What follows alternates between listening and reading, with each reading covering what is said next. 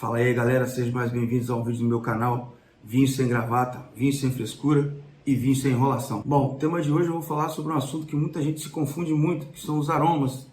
A gente vai destrinchar esses aromas, os conceitos de aromas. São basicamente aromas primários, secundários e terciários. A gente vai caracterizar melhor para vocês, na hora de fazer a degustação, conseguirem identificar melhor esses aromas, ok? Então vamos lá. Mas antes, peço encarecidamente para vocês se inscreverem no meu canal, ative o sininho da notificação para ver todos os vídeos, dá um like aí no vídeo, na confiança, porque a gente está fazendo esse trabalho aqui com muito carinho, muita dedicação para vocês, tá bom?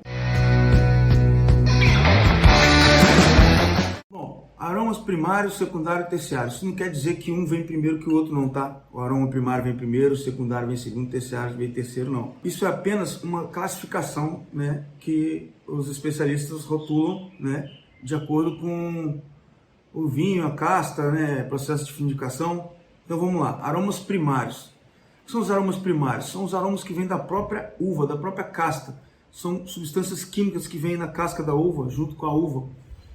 Isso depende de cada variedade. Por exemplo, Sauvignon Blanc. Sauvignon Blanc tem um aroma herbáceo, de groselheira, um aroma de grama cortada, relva cortada, você consegue ver. Um aroma cítrico, que são características da uva. O vinho que eu estou tomando na taça aqui, que é um Pinot Noir.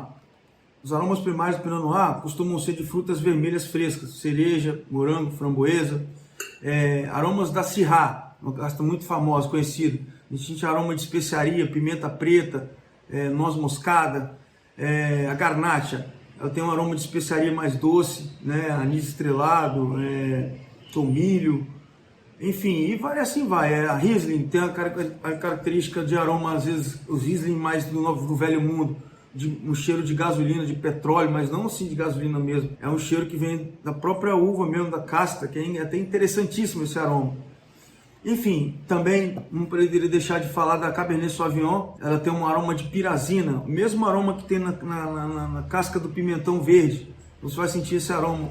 E também tem a Cabernet. A Cabernet e a Cabernet Sauvignon, elas têm esse aroma primário de pirazina, né, que é o nome da substância química, que dá esse cheirinho de pimentão verde. Além das frutas, né, claro, as frutas vermelhas, frutas negras, enfim, etc. Várias uvas, né, têm seus aromas primários aí, advindos da própria casta.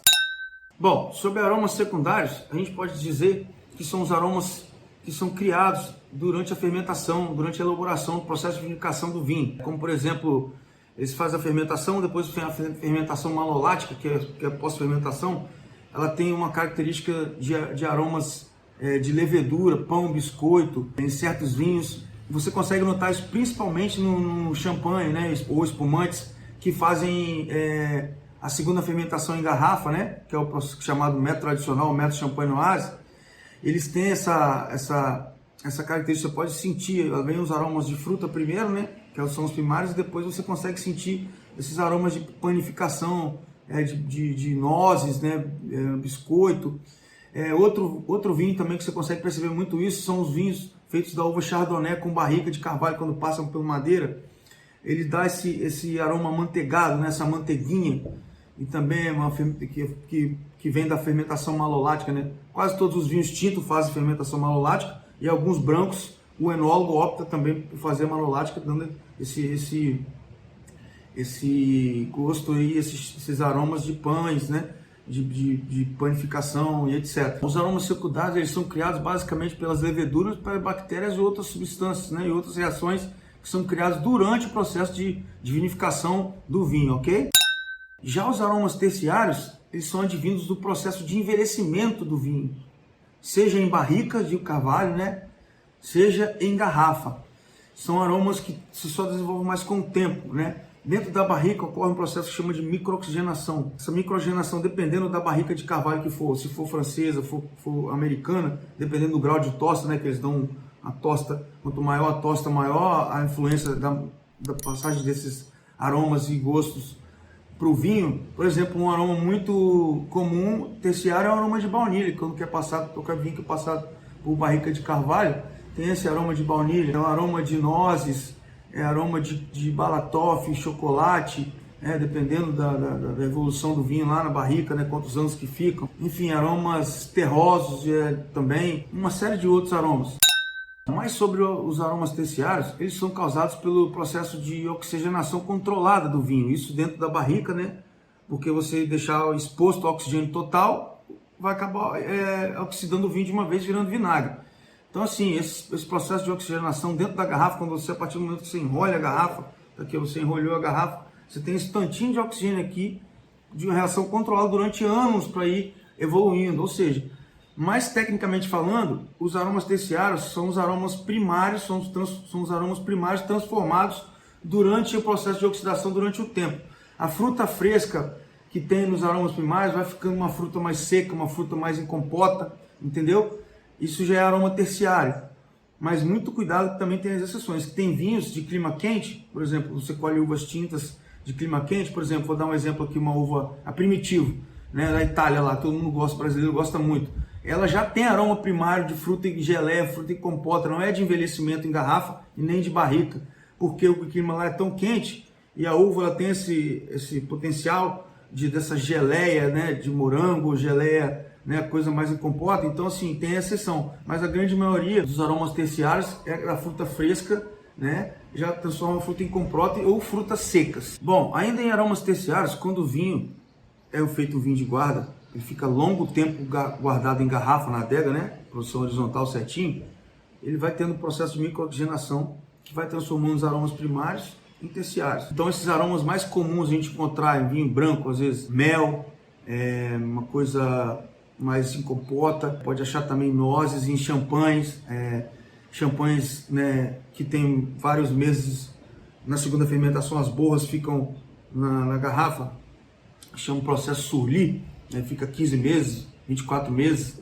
então isso dá um aroma cremosidade e esse envelhecimento, né, isso dá um aroma de noz muito legal. Isso encontra em alguns espumantes e alguns champanhes, né, que são características muito bacanas de aroma de terciário. Então aroma comum também, muito comum que a gente usa, vem de uma classe aí de, por exemplo, tabaco, chocolate, bala toffee, eles chamam, café, cogumelo, enfim, série de aromas aí nessa faixa aí, isso de tintos, né? De brancos a gente tem o mel, como eu falei, bem presente, o damasco, né? O damasco bem maduro, um pêssego bem bacana também, isso é primário, mas também pode ser um pêssego mais puxado, compotado, pode ser um aroma terciário. Tem também os aromas mais puxados assim para o piso florestal, tabaco, né, que eles chamam também o tabaco, caixa de charuto, o aroma que chama na expressão francesa subois. Subois é essa coisa mais terrosa, madeira, essa coisa de floresta. Isso a gente encontra muito nos pinots, né, da Borgonha. É muito legal esse aroma aí de subois, eles falam. Enfim, vários outros aromas. A gente for citar aqui, lembrar, a gente tem literaturas que tem vários tipos de aroma, né? A gente pode melhorar a nossa paleta aromática apenas degustando os vinhos, né? E tentando identificar esses aromas. Então, sem grilo, sem nada, isso é só uma classificação que a gente usa, né? Você pode degustar seu vinho tranquilamente, depois perceber esses aromas. Em relação à ênfase do vinho, quando você for fazer uma descrição de um vinho, você não precisa ser tão metódico assim, primário, secundário, terciário. Você pode, por exemplo, descrever o vinho que você mais sente, um aroma que você mais sente. Por exemplo, geralmente você pega um vinho jovem, um vinho, né, a maioria dos grandes vinhos são aromas de frutas, né? Floral, de fruta. Então você descreve que esses aromas são mais intensos, né, que outros aromas. Pode ser que tenha um aroma secundário ou um terciário bem escondidinho ali, está presente, mas não está tão intenso, entendeu? Então assim vai. Eu tenho vinhos que tem uma explosão de aromas, tanto primário, secundário e terciário, são vinhos de qualidade muito grande, esses que tem uma paleta aromática variada. Mas enfim, sem grilo, sem refrescura, sem enrolação, vinho sem gravata, deguste seu vinho e espero que vocês tenham gostado do vídeo. Então é isso. De novo aqui, o Pinot da Borgonha aqui, ó, muito legal, preço custo-benefício. Tintim, saúde e mete sacanagem. Salud!